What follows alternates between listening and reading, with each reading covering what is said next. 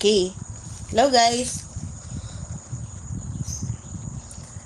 Okay, so konting recap before the exam. So last week, pinag-aralan natin ang magnetism. Okay? So, si magnets, na-discover siya around 1000 BC sa village of Magnesia. Okay? So, na-discover nila doon yung magnetite, which is an oxide of iron. Okay? Tinawag siya na lodestone, meaning leading stone. Okay? So, bakit leading stone? Kasi yung piece ng lodestone na yon, kapag ka nakasuspend sa string, okay, it would always rotate until pointed sa north and south. Okay? Natural behavior siya na nag-lead dun sa invention ng first compass, which is yung important na navigation na ginagamit natin sa history. Okay? And, ano pa ba? Sa nature ng magnetism, okay,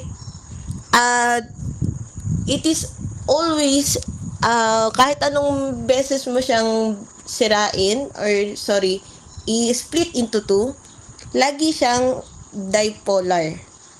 Okay? Dipolar or bipolar. Okay? So, itong dalawang poles na ito, they always occur together.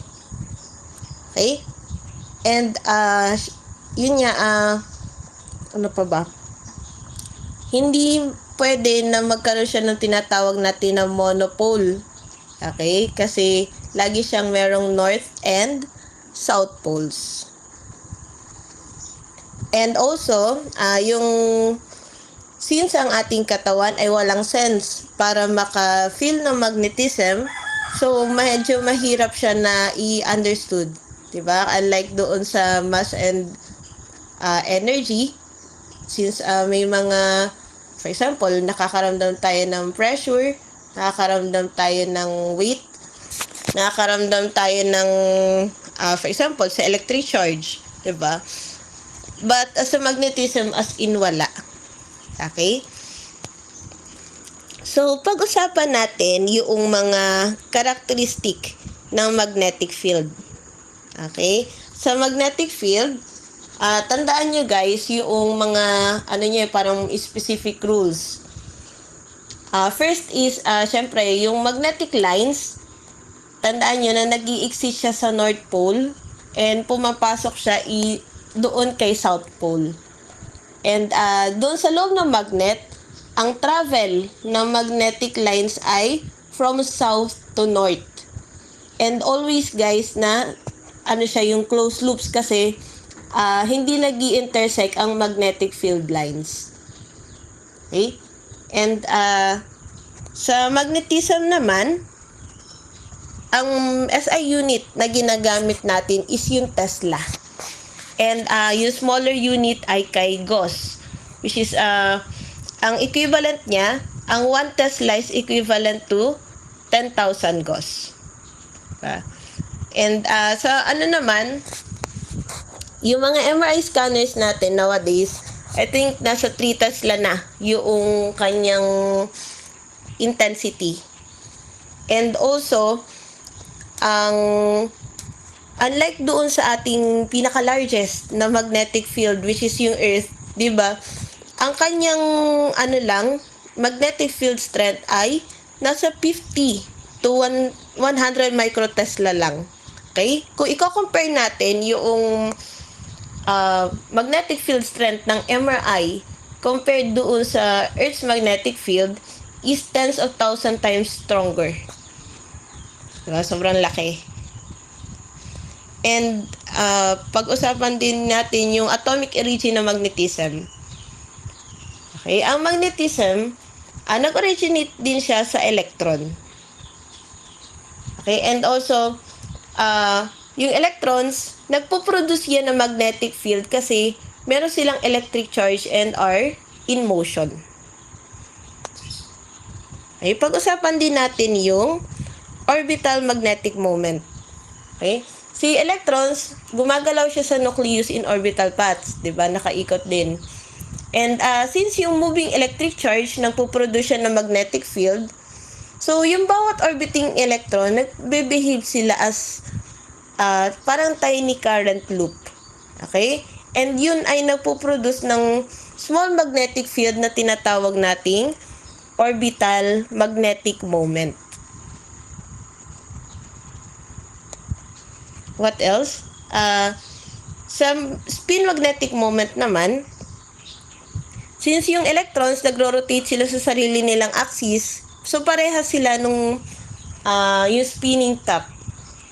So yung motion na yon nagpo-produce ng another magnetic field na tinatawag nating spin magnetic moment. Also, si electrons, tandaan nyo guys na nag-i-exist siya in pairs. And also, dun sa pairs na yon, yung isa ay umiikot in clockwise and the other is spins counterclockwise. And yung opposite pairs na yon, so kasi magkaiba sila ng rotation or wala silang proper pattern, so nakakancel nila yung magnetic field ng isa't isa. Okay, kaya yun yung mga because of this cancellation guys, yung mga materials na yun ay walang magnetism. Okay? Almost wala or walang-wala talaga. Pero, yung mga atoms na may unpaired electron, nagpo-produce sila ng net magnetic field.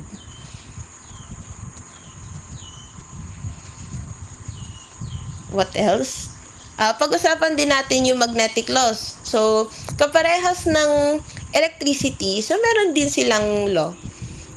For example, itong repulsion and attraction. So, ano lang natin, the phrase, sa magnets, like poles repel, unlike poles attract. And also, sa inverse square law, meron din sila, nakatulad ng electricity and radiation intensity. So, kapag inilayo mo yung magnet doon sa kanyang, for example, sa isang ferromagnetic material, ang mangyayari, yung intensity niya ay mas mababawasan din in square. Next is yung magnetic poles. Tulad na sabi ko, there is no such thing as monopole.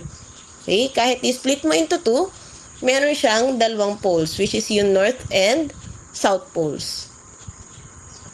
Next ay, yung sa magnetism, so kapag ka hindi siya naka-align, so walang magnetism.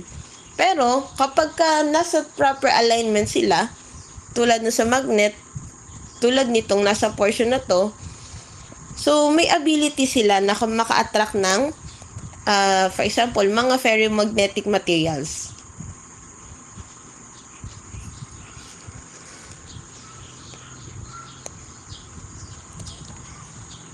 Next ay ito. Yung properties ng magnet. Okay? Pag sinabi guys na permeability, ibig sabihin yung ability niya na maka-attract ng lines ng magnetic field intensity. Okay? And pag sinabi namang susceptibility, ay kung paano kabilis na yung material ay mamagnetized. Lalo na kung siya ay ma-expose sa isang magnetic field. So, si iron, guys, ay parehas na merong magnetic permeability and susceptibility. Yung wood, on the other hand, meron siyang mababang magnetic permeability and susceptibility, kaya hindi siya nagre-react kay magnet. Next is yung hysteresis. So, ang hysteresis, guys, ay yung condition kung saan yung isang susceptible material ay nawalan ng ability para ma-magnetize. For example, sa prelims, nung nakaraang prelims, sa pag-usapan natin yung power losses. Diba? Nagkakaroon ng power losses kapag masyadong mataas ang resistance and nagkakaroon ng heat. So, since sa magnets, so mawawalan siya ng ability to, mawawala yung ability niya kapag idinarang mo siya sa init. Or, like the artificial magnets, kapag yan binasag mo, yung na-broken siya into several pieces, so, wala na siyang ability to, nawawala na yung ability niya as a magnet. Okay, so ganun yung hysteresis. Kaya sa mga MRI facilities, kailangan guys na sobrang lamig, especially yung machine, para maiwasan itong ganitong hysteresis. Next ay pinag-aralan din natin last week yung classification ng magnets. So meron tayong non-magnetic, diamagnetic, ferromagnetic, and paramagnetic. Pag sinabing non-magnetic, ito yung mga hindi affected, like yung wood and glass. Okay, so ang ano niya ay yung magnetic lines niya, kung imagine niyo, walang halos disturbance. Ang isa sa mga example natin ay wood, glass, and paper. Pag diamagnetic naman, so weakly repelled naman. Okay, ang example natin ay water, plastic, and bismuth. Also, we have yung paramagnetic materials. Ang mga paramagnetic ay yung mga slightly attracted sa magnetic fields. So, yung atomic dipoles nila, they tend to align weakly doon sa field. Okay? Pero yung alignment na yon mawawala once the field is removed. Okay? And dito sa mga paramagnetic materials na to, ang pinaka-importante sa medicine is yung gadolinium. Kasi yun yung ginagamit nating contrast agent sa MRI. Okay? Lastly, meron tayong ferromagnetic. Ito naman yung mga materials na strongly magnetized. Okay? Ito yung mga pwede ring maging permanent magnets tulad ng iron at saka ng nickel. So, itong mga materials na to, they easily align doon sa magnetic field and they create strong magnetism. Okay?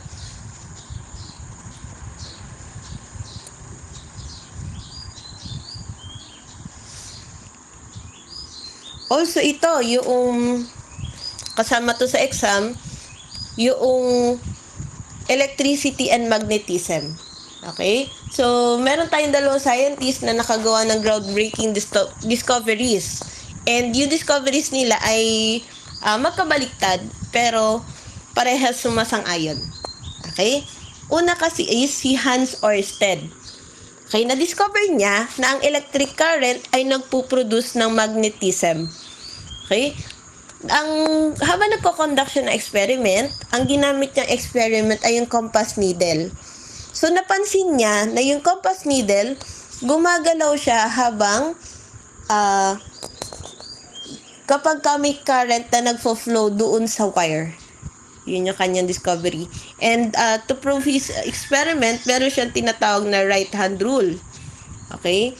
So, doon sa right-hand rule, para malaman mo yung position ng current, so magta-thumbs up ka lang. And doon sa thumb mo, yun yung direction ng current. Tapos yung naka-curved mo na fingers, yun yung direction ng magnetic field. Okay?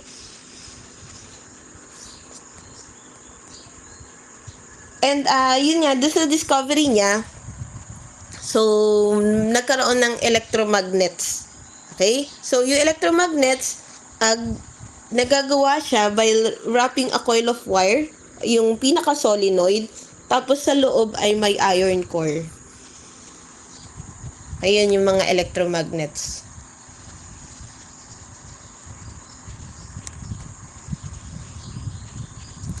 Then after 10 years ng kanyang discovery, si Michael Faraday naman.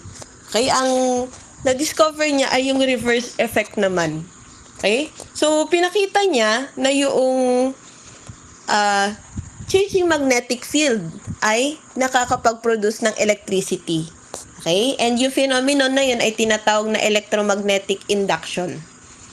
Now, kay Faraday, so, according to him, ang induced current ay nakadepende sa iba't ibang factors. First ay yung strength ng magnetic field, yung speed of motion, next is yung number of turns doon sa conductor, at saka yung angle between the motion and the field lines. Okay? And maximum induction, nag-occur siya kapag ang motion ay perpendicular doon sa magnetic field. Okay? Yun lang. Yung dalawa sa electromagnetic induction. Tapos ito, pinag-usapan din natin last time. Yan, yung sa induction motors. Okay, then natapos tayo sa Lenz's law. Okay, ready na kayo sa exam? Ito ay posted na. Kita nyo na. Wait lang.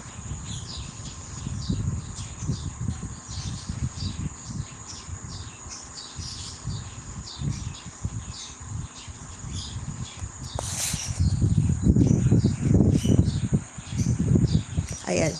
Okay, so pwede na kayo mag-start. You have 1 hour para matapos yung quiz.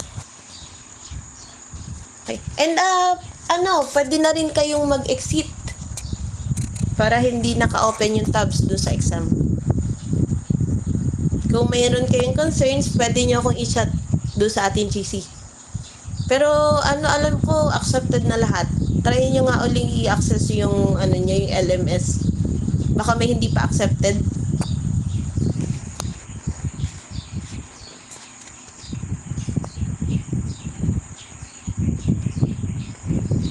Okay, thank you. Thank you, thank you.